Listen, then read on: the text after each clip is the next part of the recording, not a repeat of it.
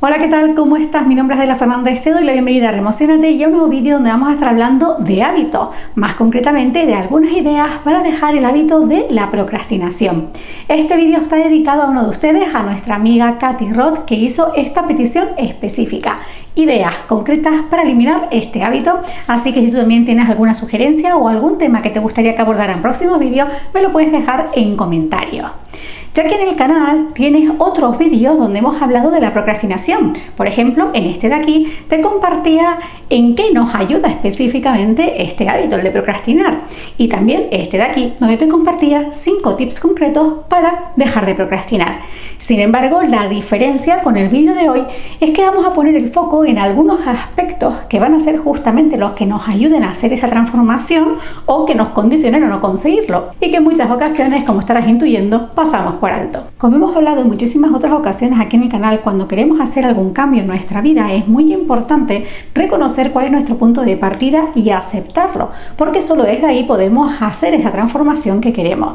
Y cada vez que queremos hacer algún cambio es necesario que se produzca una reorganización neuronal, por así decirlo, en nuestro organismo. Cambiamos, sustituimos determinados patrones, creencias o marcos de referencia que para nosotros han sido válidos hasta este momento, pero que queremos empezar a cambiar.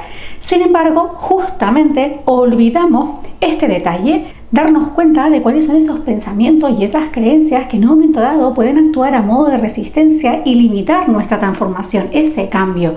Y es justamente lo que quiero hacer con el vídeo de hoy, un poco centrarnos en ese punto de partida, en todos esos aspectos que en un momento dado se producen a niveles más sutiles, pero que son sumamente claves para poder conseguir esa transformación. Y cuando hablamos de procrastinar, también, porque no basta con que adquiramos un consejo o que nos den un tip. De hecho, tú puedes y puede ser que a día de hoy hayas usado muchísimos tips para cambiar el hábito de la procrastinación o cualquier otro. Y o bien no te ha servido, a ti no te ha funcionado, o te ha servido por muy poco tiempo y llega un momento que dices, es que ya no me funciona. Pues justamente porque, entre otras cosas, se pueden activar una serie de mecanismos internos que actúan a modo de resistencia para después consolidar ese hábito. Así que deseo de todo corazón que en el vídeo de hoy encuentres por fin alguna idea que te ayude a entender un poquito más cómo es este proceso para que puedas por fin dejar de procrastinar en el caso de que así lo desees y que lo puedas hacer con menor estrés y menor frustración. Como hoy te voy a compartir muchísima información, aunque lo tienes en todos los vídeos, te invito a pasarte por la descripción donde tienes la línea de tiempo, que es un poco el índice del vídeo, y de esta manera podrás localizar la temática que encontrarás en un minuto específico y de esta manera también moverte de una forma más cómoda y más rápida por el contenido sin necesidad de verlo todo. Y antes de meternos de lleno con esos tips, esas ideas concretas que te quiero compartir en el vídeo de hoy, quiero ponernos en un marco general, en un contexto general que actúa a modo de resistencia y que en muchas ocasiones nos condiciona a empezar a incorporar esas acciones o a elegir de forma efectiva esas acciones que nos van a ayudar a dejar de procrastinar.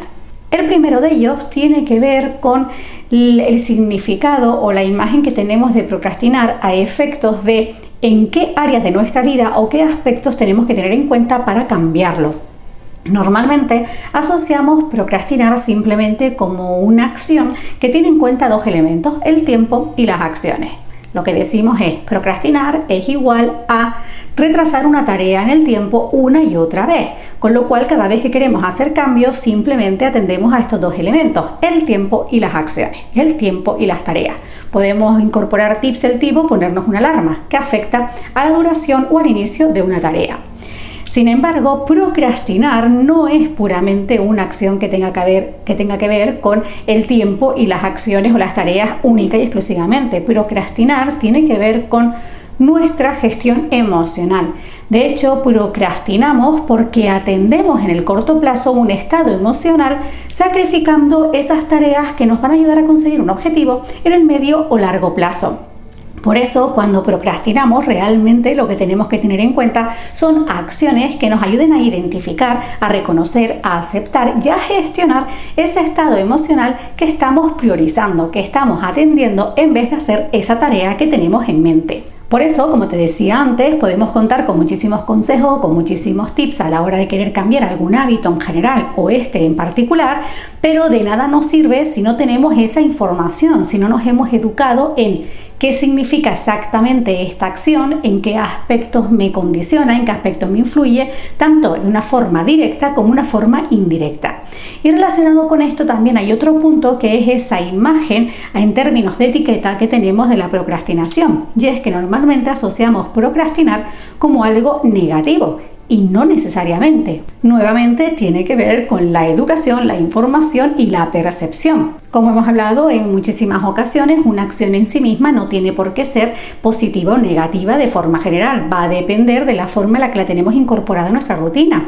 Con qué intensidad la hacemos, durante cuánto tiempo la hacemos y, por supuesto, cómo nos está condicionando. Una misma acción a dos personas puede afectarles de forma diferente, y lo mismo sucede con la procrastinación.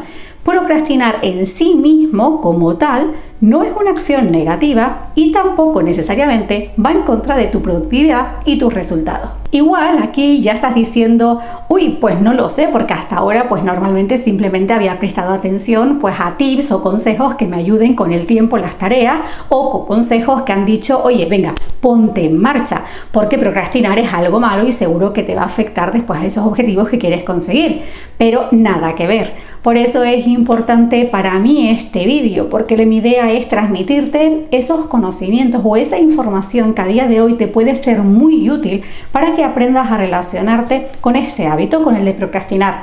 También darte cuenta si es un hábito realmente, con qué periodicidad lo usas o es simplemente acciones puntuales. Esto también te va a ayudar a calmar ese estrés, esa ansiedad o esa visión más negativa que en un momento dado puedas tener de esta acción concreta. Así que te invito a tener una mente abierta y sobre todo a tomar cada uno de estos aspectos que te voy a compartir a continuación con perspectiva. Los puedes anotar incluso en una tabla y de esta manera ir anotando, ir reflexionando sobre cómo tú te relacionas con cada uno de ellos, en qué medida sientes que estás en conflicto con ellos, en qué medida sientes que pueden aparecer resistencia en estos aspectos. Te aseguro que una vez que tú estás en paz y tienes colocado estos 7 aspectos, el hecho de incorporar luego un tip, un consejo, eso ya rueda solo. ¿Por qué? Porque la parte clave, que es la parte de ese conocimiento interno, ese conocimiento personal, ese conocimiento de la acción en concreto que quieres transformar, ya lo tienes hecho. Así que sin más, vamos a empezar por la primera de las acciones o lo primero de los puntos que quiero que tengas en cuenta. El primero es, ¿qué significa para ti exactamente procrastinar? Esto tiene mucho que ver con los dos aspectos que te comenté antes, así que aquí te invito a que hagas una reflexión sobre esa imagen a nivel mental y a nivel emocional que tienes de la procrastinación, con qué estados te conectas. Normalmente asociamos la procrastinación como una acción negativa que nos va a limitar a conseguir nuestros objetivos. Sin embargo, no necesariamente tiene que ser así. ¿Por qué? Porque procrastinar es una acción que está relacionada más bien con nuestro estado emocional, con esa atención inmediata de ese estado emocional. Por ejemplo, imagínate que estás muy desanimado, que estás desmotivado, que has tenido una discusión y eso te ha afectado internamente y tienes que ponerte a contestar mails. Pues a lo mejor retrasas esa tarea de contestar mail porque en estos momentos sientes que esa desmotivación, ese enfado o esa tristeza requieren de mayor atención. Esto a veces lo hacemos de forma inconsciente, no procesamos, digamos, paso a paso que, ok, como me siento triste, estoy atendiendo esta emoción por encima de los mails. No, simplemente actuamos acorde a esos patrones, a esos marcos de referencia y a esa forma de procesar la información que hemos interiorizado. Por eso en muchas ocasiones procrastinamos y entramos en esa lucha donde decimos, pero es que yo quiero, pero siento que no puedo, pero es que sí, pero es que no. Ese sí, pero que no es porque entran en lucha, por así decirlo, esa parte más racional, más lógica, más analítica que dice, lo lógico sería que te pusieras a hacer la revisión de mails o que te pusieras a hacer esa tarea. Pero por otro lado, esa parte emocional que dice, por favor atiéndeme que me encuentro así. Por eso es importante que reconozcas cuando tú estás procrastinando una tarea, qué es exactamente lo que estás atendiendo y también por qué consideras que es algo negativo. Esto tiene también mucho que ver con puntos siguientes que vamos a hablar. Segundo aspecto, ¿qué tipo de procrastinador eres? Esto puede ser que sea la primera vez que lo oigas. La verdad que no sé si existe en alguna fuente esta descripción que te voy a dar, pero es la clasificación que yo uso cuando queremos transformar este hábito de la procrastinación, o por lo menos queremos entender por qué procrastinamos. Y digamos que de forma general yo clasifico o identifico 3 tipos de procrastinadores. Uno, el finalista, que sería aquellas personas que procrastinan, pero porque han asumido que trabajar a última hora, trabajar bajo presión, como diríamos de forma general, les da mejores resultados, rinden más. Esto a veces es un mecanismo inconsciente, pero hay muchas personas que entienden que el trabajar bajo presión le da mejores resultados, así que de forma natural activan ese mecanismo de procrastinar la tarea, no en sí como algo negativo, sino porque entienden que como son finalistas, pues les va a ir mejor. Al segundo tipo lo he llamado los desconectados. Serían esos procrastinadores que se desconectan por completo. Aquí normalmente existe una desconexión total de la tarea. Les aburre, no les interesa, la sienten como una obligación, como algo impuesta, no tienen tan claro si realmente les va a ayudar, o están en un momento de desmotivación y desgana tan alto que se sienten como desconectados totalmente de la tarea. De ahí pues su nombre. Y el tercer tipo lo he titulado los naturales. Y aquí vamos a englobar a todas esas personas que puntualmente o con determinadas tareas suelen tener esa tendencia a la procrastinación. Pero no existe tampoco una desconexión en sí misma, sino que, bueno, pues no me apetece o bueno, lo dejo para después. Es simplemente que dentro de su rutina no sienten que tengan mayor impacto, sino que simplemente deciden procrastinar. Y si lo estás preguntando, todos tenemos en algún momento los 3 roles. Podemos decir que estos roles son cambiantes. Por eso es importante esa fase de reconocimiento para detectar en qué tareas, en qué ámbitos, con qué estado emocional tiendes más a procrastinar y con cuál de estas 3 clasificaciones, por así decirlo, te identificas más.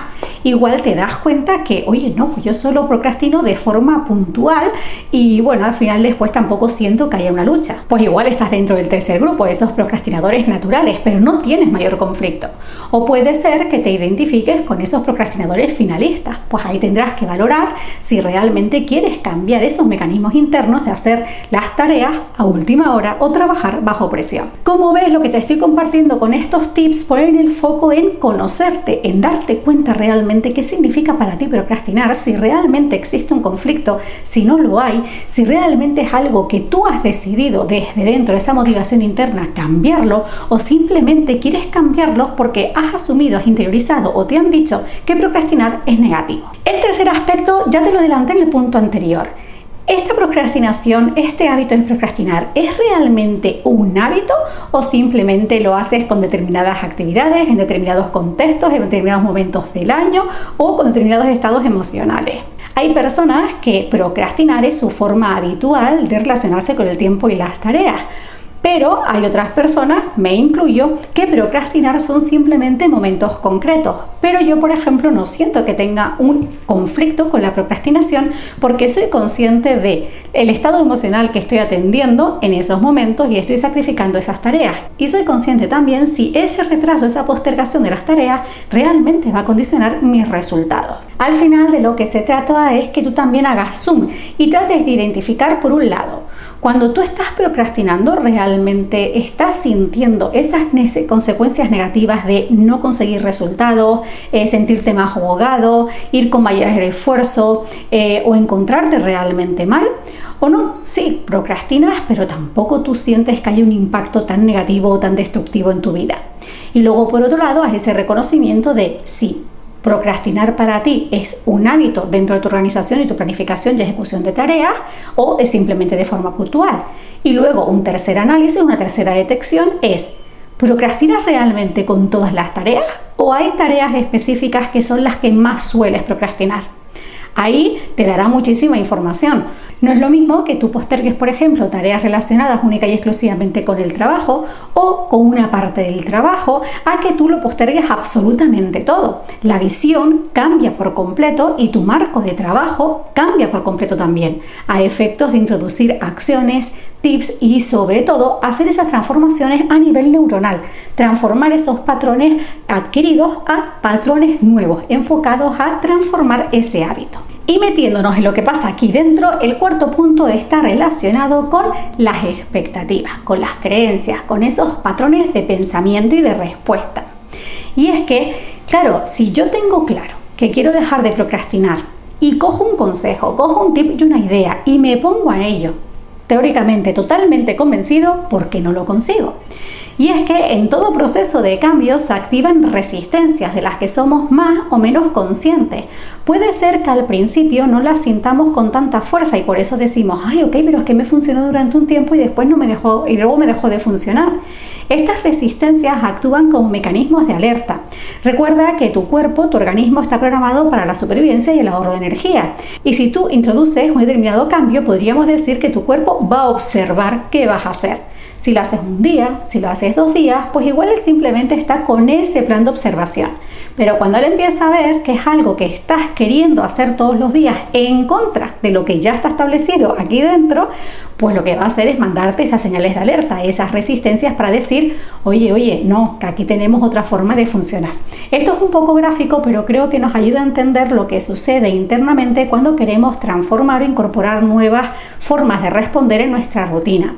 Por eso en este punto te invito a que trates de detectar cuáles son esos interruptores que activan en tu cerebro, que activan en tu organismo esa señal de alerta, de resistencia para que no hagas ese cambio. Aquí es totalmente personal, es mirar hacia atrás en tu historia, es hacer un zoom también en ese momento de vida, conectar con qué estás pensando, cómo te sientes, por qué estás pensando de esa manera, cuándo fue la primera vez que asumiste que eso era verdad, etcétera. Esto es un trabajo personal. Por ejemplo, puede ser que de entrada tú no sientas mayor conflicto con la procrastinación, pero se active un resorte que diga, oye, recuerda que procrastinar es de persona irresponsable que no va a conseguir sus objetivos. Y entonces se activa esa resistencia y se transforma en un mecanismo de lucha, de látigo, de autoexigencia y de perfeccionismo tóxico. Pero realmente si haces un zoom, no tienes tú un conflicto con la procrastinación, simplemente que esa señal se activa en base a unos patrones que has ido adquiriendo y que a día de hoy forman tu marco de referencia.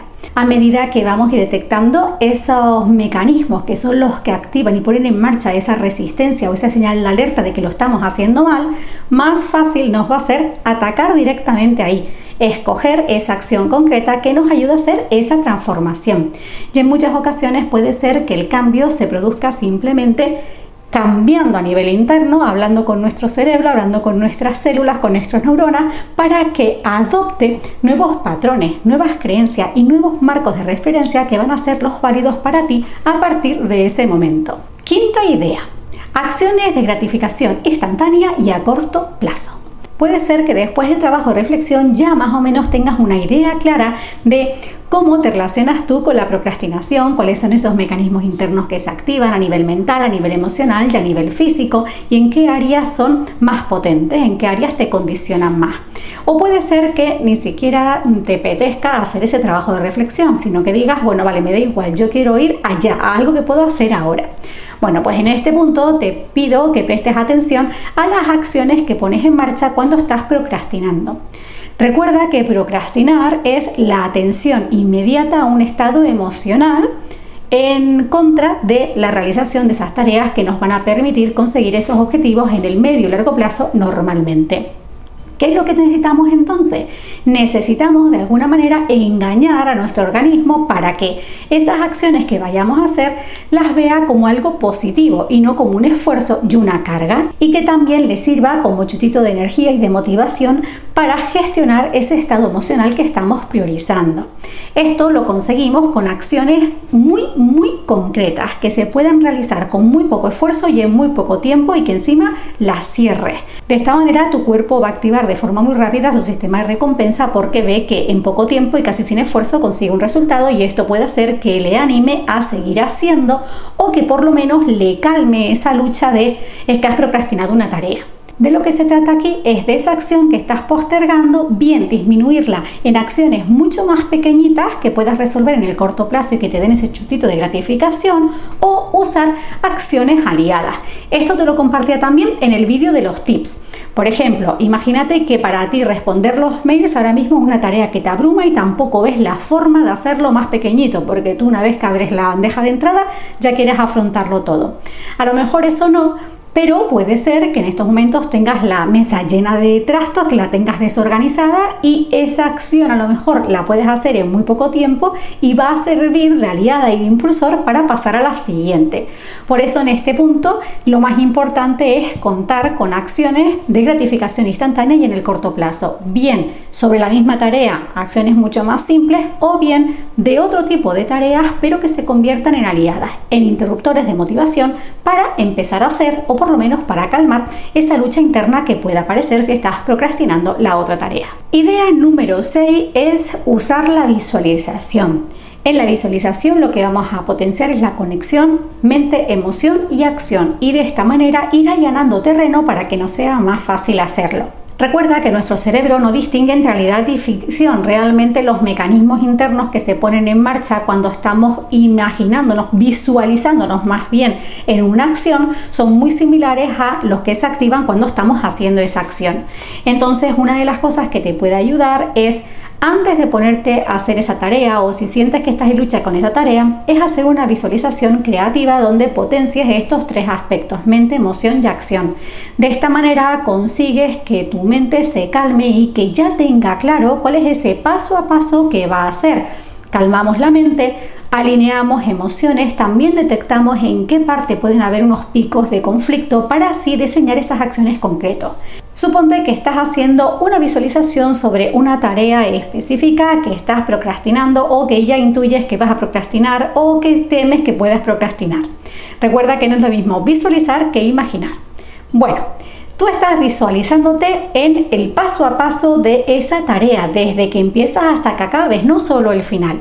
Y tú detectas que en un momento dado, en una imagen concreta, sientes algo por dentro como que te oprime o que te falta el aire. Es muy importante aquí también atender a las sensaciones corporales. Por eso te decía que con la visualización potenciamos esa conexión mente, emoción y cuerpo para después trasladarlo en acciones. Si tú detectas en un punto dado de esa visualización algún estímulo, alguna sensación física que actúa a modo de resistencia o que ha llamado tu atención, porque quizás ahí es donde tienes que hacer una redefinición de la tarea. A lo mejor separarla o ahí atender a acciones muchísimo más sencillas o a enfoques diferentes. Así que aprovecha la visualización para allanar terreno y también para calmar la mente y alinear emociones.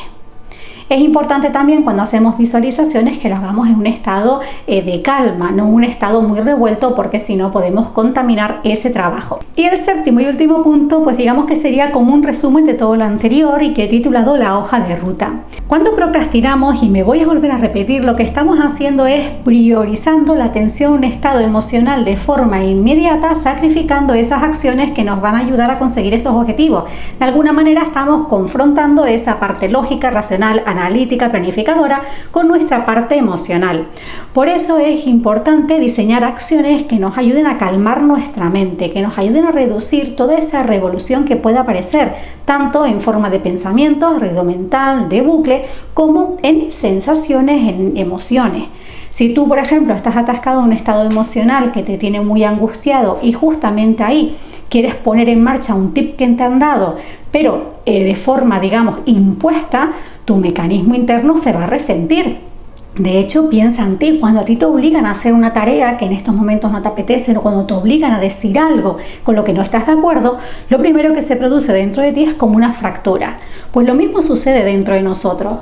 Cuando nosotros, digamos, le imponemos a nuestro organismo que funcione de una forma diferente, a pesar de que tengamos muy claro que nos va a ir muy bien, nuestro cuerpo se va a resentir. Por eso es importante, cuando hablamos de la hoja de ruta, es facilitarle el camino y tener en cuenta una serie de puntos que nos ayuden a calmar toda esa revolución que pueda aparecer a nivel interno. Y te voy a compartir algunas ideas que te ayuden a la hora de crear tu hoja de ruta. El primero es hacer las acciones de forma gradual y además poner algún estímulo de check.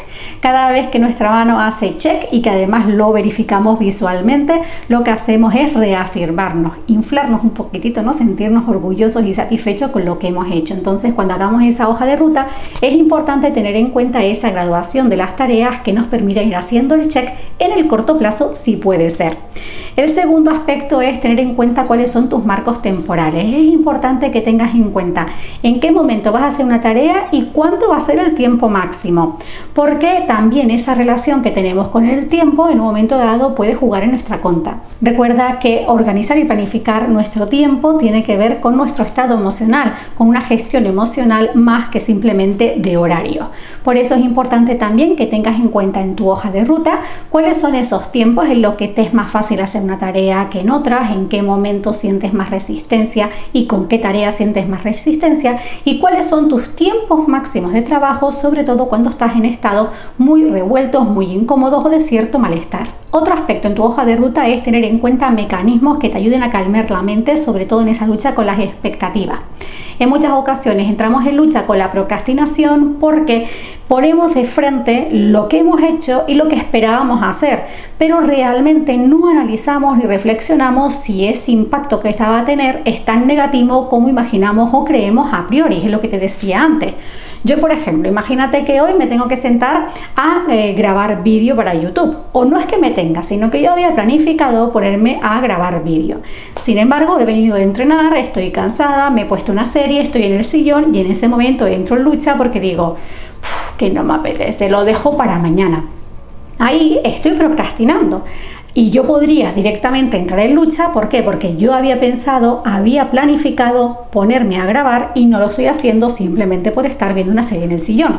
Pero es importante que hagamos un segundo cuestionamiento y reflexión, y es: ¿realmente eso a día de hoy me supone un conflicto? ¿Es verdad que si yo no grabo YouTube no voy a conseguir mis objetivos, no voy a tener vídeo para mis suscriptores para esta semana, etcétera?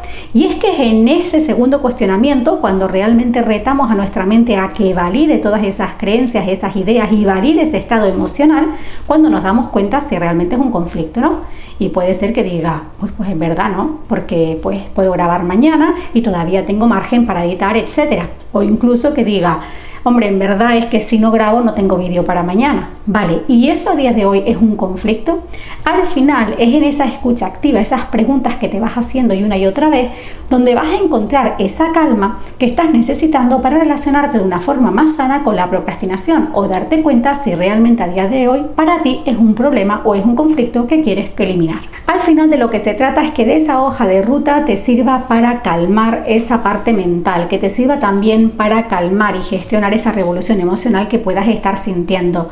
Como ves, todos los tips y todas las ideas que te he compartido en el vídeo de hoy, más que ir directamente a decirte ponte una alarma o desde que te venga la idea cuenta hasta 3 y levántate, de lo que se trata es de ir al origen, de darte cuenta de qué significa para ti exactamente procrastinar, qué es lo que sucede dentro de ti y qué es lo que necesitas dentro de ti realmente para hacer ese cambio. Esa técnica de contar hasta 3 y ponerte a la acción te puede funcionar una vez o 2 veces, pero si vas en contra de los programas que tienes internamente, lo que vas a sentir en un momento dado es lucha, resistencia, que a ti no te sirve o que la gente te está engañando, y no necesariamente es así. Por eso es importante buscar información y llevarla a nuestro terreno y darnos cuenta exactamente de qué es lo que conocemos, qué es lo que necesitamos conocer y qué es lo que nos puede ayudar a hacer ese cambio que queremos. Estos puntos de forma general solemos pasarlos por alto porque lo que queremos hacer es pasar a la acción. Queremos ya un milagro, una receta que nos funcione. Y si en ese caso tu procrastinación es puntual, puede ser que efectivamente esta receta o este tip te sirva. Pero si tú sientes que es un hábito o que se alarga mucho en el tiempo o que te está condicionando muchísimo, déjame decirte que es importante que pases por esta fase. Si ves que hacerlo solo te cuesta, pues te invito a que busques con el acompañamiento o la ayuda de ese profesional que te guíe en el proceso y que te ayude realmente a hacer ese cambio de forma efectiva. Por eso es importante que reconozcas qué significa para ti procrastinar, cómo lo tienes integrado en tu vida y si realmente es un conflicto o no. Y sobre todo, desmitificar esa parte de que procrastinar es negativo. No es negativo en sí mismo, lo más importante es esa escucha y el darte cuenta en qué medida a ti te está limitando o te está condicionando para conseguir esos resultados que quieres.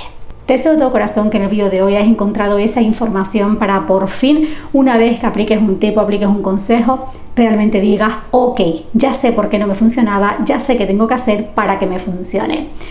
Así que nada, yo te doy las gracias, muchísimas gracias a Katy Roth por haber dejado el comentario. Igualmente miraré a ver si las próximas semanas puedo hacer vídeos concretos con nuevos tips para dejar de procrastinar, aunque te invito a que eches un vistacito a los vídeos que te mencioné antes, que ahí tienes también mucho material valioso para hacer esa transformación. Y yo por mi parte, como siempre, te doy las gracias por acompañarme, por estar al otro lado. Si te ha gustado mi contenido, te invito a darme un like, que me ayuda muchísimo, y por supuesto te mando un beso, un gran abrazo cargadísimo y muchísima buena vibra, y nos vemos en un próximo vídeo. Chao.